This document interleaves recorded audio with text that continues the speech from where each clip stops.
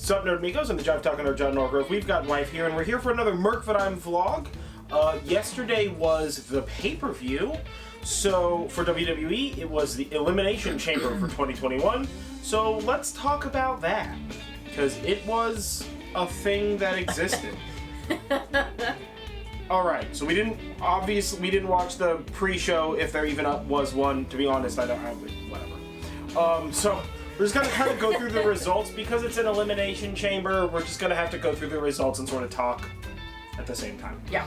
So first up was the #1 contendership. So Kevin Owens, Sami Zayn, King Corbin, Jey Uso, Daniel Bryan, and Cesaro in the Elimination Chamber. It weighs 20,000 pounds, guys. I don't know what that has to do with it, but they bring it up. It's also set in the award-winning Thunderdome, which is something that we don't remember them talking about ever before. How did it win an award? What award? It's fastest Thunderdome. Who gives out these awards? Slowly sliding into the pits of despair. Loudest Thunderdome. Well, certainly not loudest. Not the loudest, no. We've been to Wasteland. We know. First up, Cesaro eliminated Corbin by submission, which was pretty good. Cesaro. It was a pretty all-right match. This is a pretty all-right match, yeah. After that, Owens eliminated Zayn via pinfall. And then Uso eliminated Owens via pinfall, which was, to be honest, not as much of a twist as I'm pretty certain WWE. I feel like it happened, and WWE is starting to do the same thing that Star Wars is doing, which it's not good. But they do this. They take like a pause for like the fans to react internally, right? Star Wars did it with when they brought fucking what's his name back on the Millennium Falcon, yeah. And they like pause for a moment and then keep going, and you're like, oh, that's weird. Why would they have stopped like that? It's especially weird on the rewatch. Dude, it's way weirder on the rewatch than the first time. Definitely. So this was the same thing. They like threw him out and they're just like, oh no, who would have guessed? And I'm just like, I mean, literally as Owens eliminated Zayn, I was like, okay, so Uso's gonna eliminate somebody next. Yeah. And it's probably gonna be Owens. So that's what's gonna happen. You called it on him winning, like, from the very beginning of the match. Well, him making it as far as he did. Uso eliminates Owens via pinfall, all right, and then Uso eliminated Cesaro via pinfall, which was like very crazy. Cesaro's got like new shorts now. It's nice. Yeah, they're fun. We thought they were like bedazzled, and we were just like, oh, what are those bedazzled? They weren't. They're just a texture. Yeah. Yeah, it's just like a weird texture. Then Daniel Bryan, who was like taking a nap for a bit, eliminated Uso, which means that he won. Which means that he won laying on the thing, and they just craned up the 20,000-pound Elimination Chamber, and fucking Roman Reigns just marched down the ramp and was like, this. It's go time right now. And I'm like, we were not expecting Daniel Bryan to win this match. Yeah, we were not expecting Uso to win. The match with Roman to happen immediately afterwards. Yeah, like, we were not expecting this. Tweet it or something. We're not. As an FYI, we're not really keeping up with the Monday and we'll Friday talk more stuff. About that at the end, so don't go. But so that match got kicked off. This is the Universal Championship match, Roman Reigns versus Daniel Bryan, and Reigns defeated Bryan via submission to retain the title. The initial charge when Reigns goes to spear him and Bryan like twist him up with that leg catch was fucking primo, and then of course he got out of that because he's the best at some bullshit. And who cares? And then the rest of the match was like kind of shitty, honestly. And it was over super fast, and then it was over, and then he just like walked out with an angry face or whatever the fuck was happening there. Yeah, he was just done. And then it just ended, and you're like, all right, well, that seemed like they needed to fill some space and energy. Yeah, story. It was awful. It was awful. But okay, then after that was the United States Championship, which is Bobby Lashley, Matt Riddle, and John Morrison. Riddle defeated Morrison and Lashley to win the title. He specifically pinned John Morrison while Lashley was outside of the ring. Yeah. I'm not a huge Matt Riddle fan, but honestly, I'm actually pretty okay with this victory. Yeah. For Matt Riddle. Again, I very don't like Matt Riddle. As a character, like this was like one of those lesser of the evils kind of ends. Well, just as a character, I'm not super into the character that he's doing. Matt Riddle, but I'm very happy. Exploded those crutches. Yeah, holy shit, dude! He took that thing, and I was just like, is he gonna hit him with it? And then he hit him, and I was just like, oh, that is bent. Let's make sure that he did it again, and just and it was like, oh, that just like great.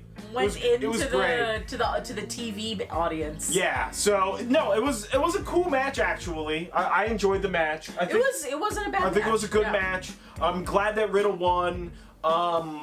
Mostly because I don't care want to see Bobby Lashley do anything. With the title. The Hurt Business is dumb. The Hurt Locker is dumb. Whatever Hurt Bobby Lashley is dumb. His dumb MVP is full dumb. Nelson that thing whole stable is dumb. I'm just it's not all dumb. The whole story is just kind of shit. It's a vaguely shit story. Do better at writing. That's what I'm gonna say about that.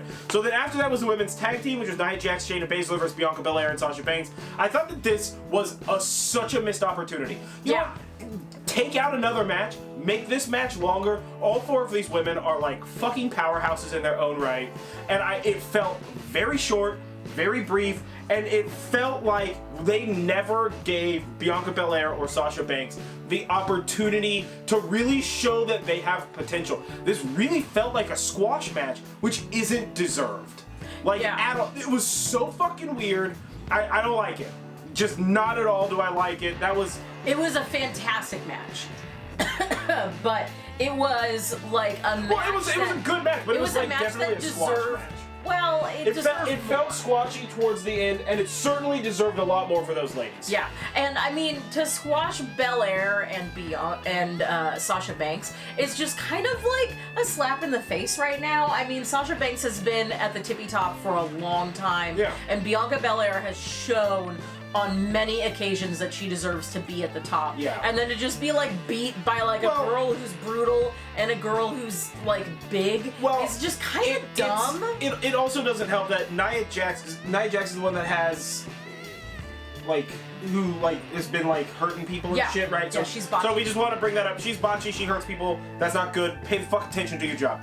And then Shayna Baszler is the one who talks shit about wrestling when they let her go, and then they brought her back because I guess that's how that works. Some more of that, I guess, because WWE makes great business decisions, guys. Yeah. So it's especially disappointing that Jackson Baszler won. I don't know if I said that yet. Yeah. It was okay. I wasn't super into it. If it had been longer and more developed, I think it would have been good. Yeah. But it was, in my opinion, just an all right match. To be fair, it wasn't any better than just a Monday Night Raw or Friday. It felt like Raw or SmackDown. That's it. And this premise for the match is very much like what they did with Banks and Bayley. I guess Sasha Banks just can't team with anybody whose name doesn't start with a B. Where they both were, where they were women's tag champions and then they both became champions of their respective brand. So I feel like they're probably going to do the same thing with Banks and Belair, which Belair deserves a title, but I don't feel like she deserves a title because she's essentially an accessory to Sasha Banks. Yeah. She is no accessory and she deserves that run on her own without It's weird they keep giving her these like fits and starts runs, and it's just sort of horseshit. She's so much better than that. They need to really let her develop her character and like be the person that the fans are definitely going to support. Yeah. So after that's the WWE Championship, which is Drew McIntyre, AJ Styles, Kofi Kingston, Sheamus, Jeff Hardy, and Randy Orton in the Elimination Chamber. This was a lot of this was very weird. Mediocre weird match. So it felt like none of these people really got pushed. Well, this was just. This match felt a lot like, hey, we need all of the people who just weren't in, like, the last pay-per-view. Give me 5 people who weren't in the last pay-per-view and the one person who's the story or whatever. And they're like, yeah, I guess that fucking And they were like, oh yeah, we need Kofi Kingston so he can aggressively yell compliments at people from inside his chamber. So Kingston eliminates Orton via pinfall, first elimination, which was good. Randy Orton is awful, so the less of him we have to deal with, the better. Get rid of him. Sheamus eliminates Kingston, which is... too bad. Yeah, Kingston is such a good wrestler. But they were doing that thing where like Sheamus and friggin' what's his name used to be friends. Sheamus and McIntyre used to be friends, which like whatever, dude. Sure. They keep doing this, like, they used to be friends and now they're not friends anymore thing. I feel like the writers have one idea and then they're just doing that same idea. Yeah. Do another idea. Unless they forget about that idea. Well, fucking, and then you just, your story doesn't appear. So after that, McIntyre eliminates Hardy via pinfall, which, yeah, that makes sense. Styles eliminates Sheamus via pinfall, and then McIntyre won against AJ Styles. Yeah. Which, you know, yeah, of course, it's Drew fucking McIntyre. Like, yeah. AJ Styles is not. Listen, dude, get more motorcycles and or dirt drink bikes more Red Bull or something. whatever the fuck. It felt like a very mediocre match. It honestly felt like they just needed the people to fill the match against Drew McIntyre.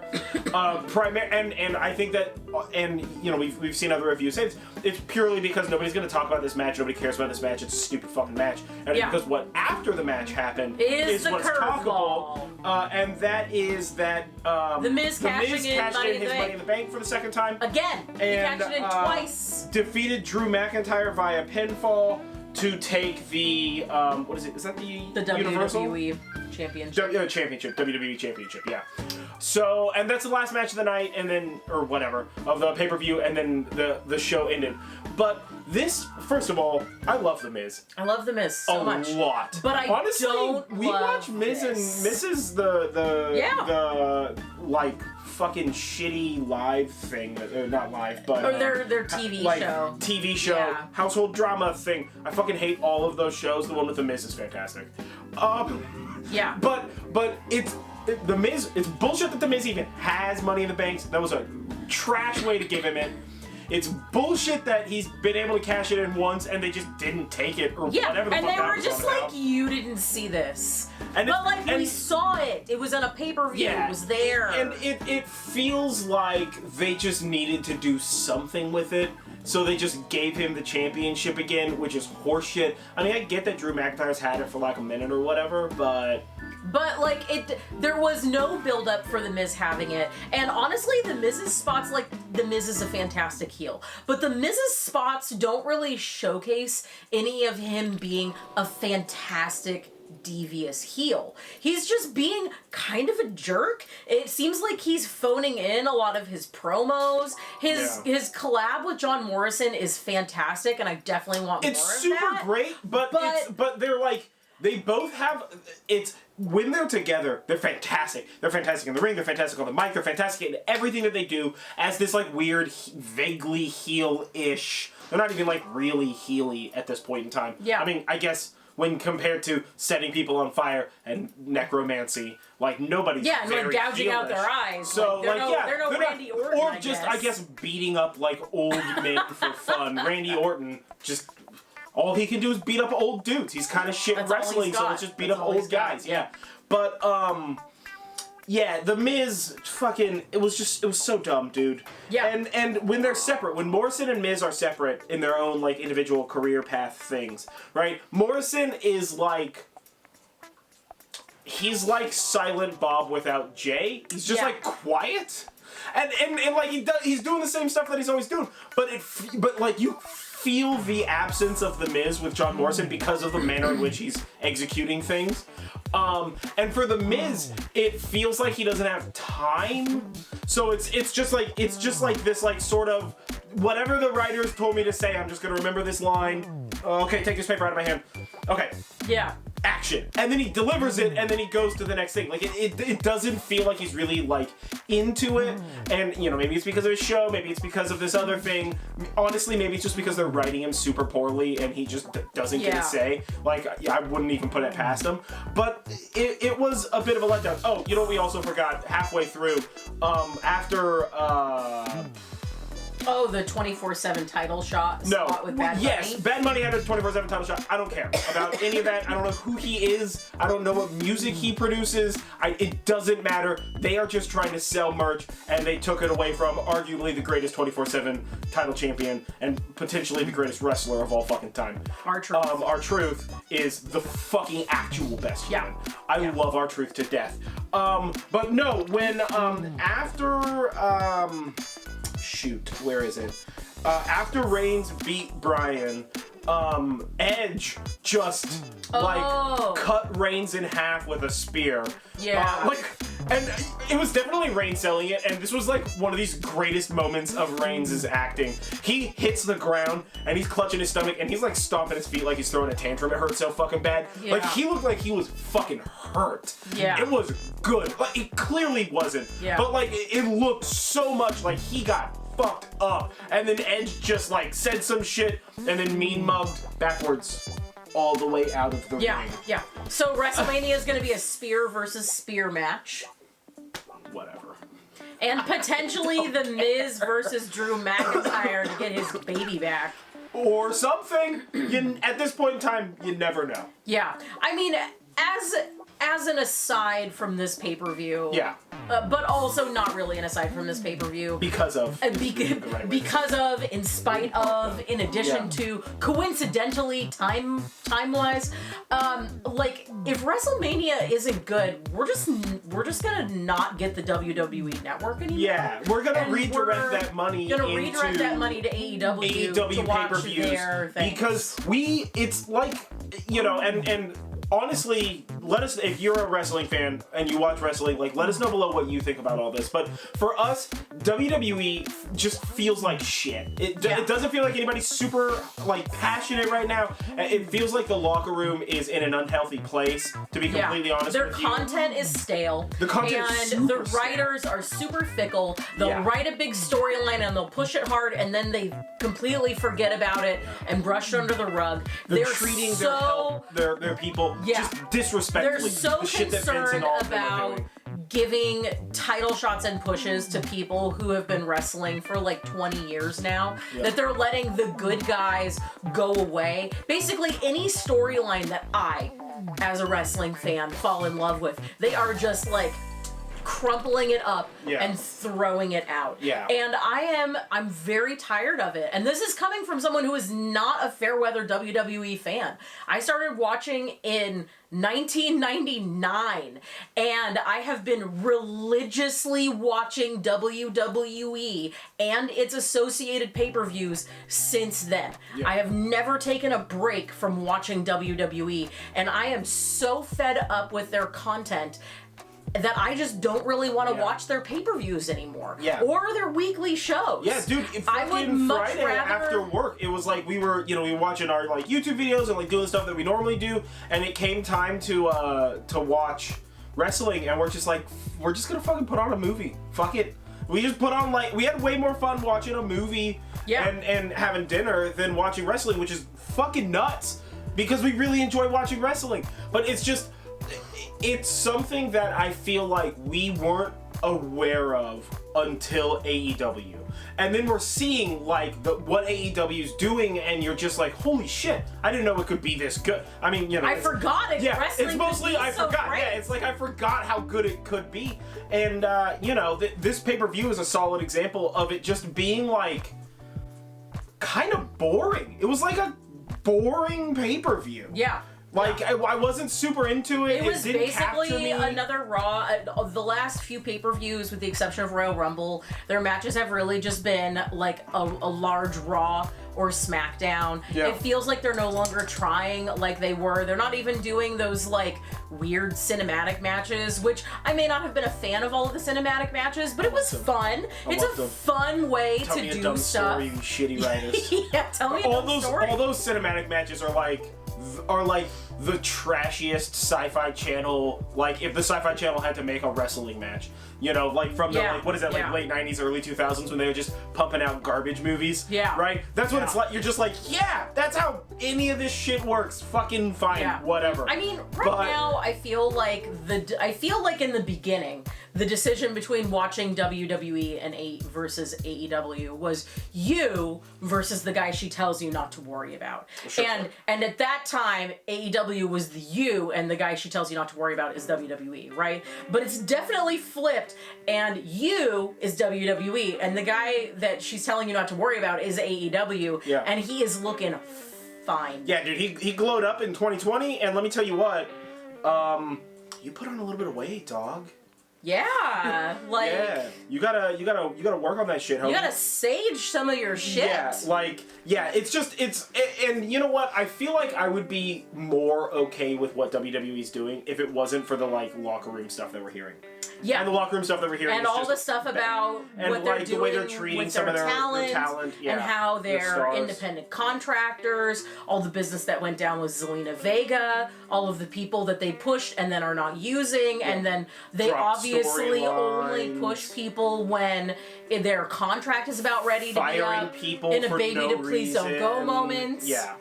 I mean, really, we could go on and on, It's awful. but It's awful. this is Elimination Chamber, and really the reason why we might just stop watching WWE altogether. We'll see how WrestleMania is. And there is I an don't know. upcoming AEW pay-per-view in March. Yeah. And we have not seen an AEW pay-per-view yet, so I'm pretty excited about we're that. definitely gonna get that, and so we'll share that with you. So look forward to that. But either way, I have been John Norgrove. This has been Wife. This is Myrkvidheim vlog. A little different. We're bringing it to you because of wrestling and the pay-per-views.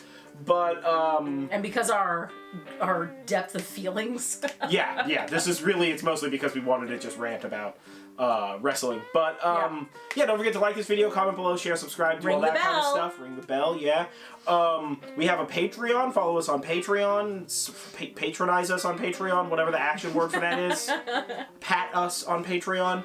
And don't forget to check out Horn and Cauldron podcast. Our podcast, it's literally everywhere.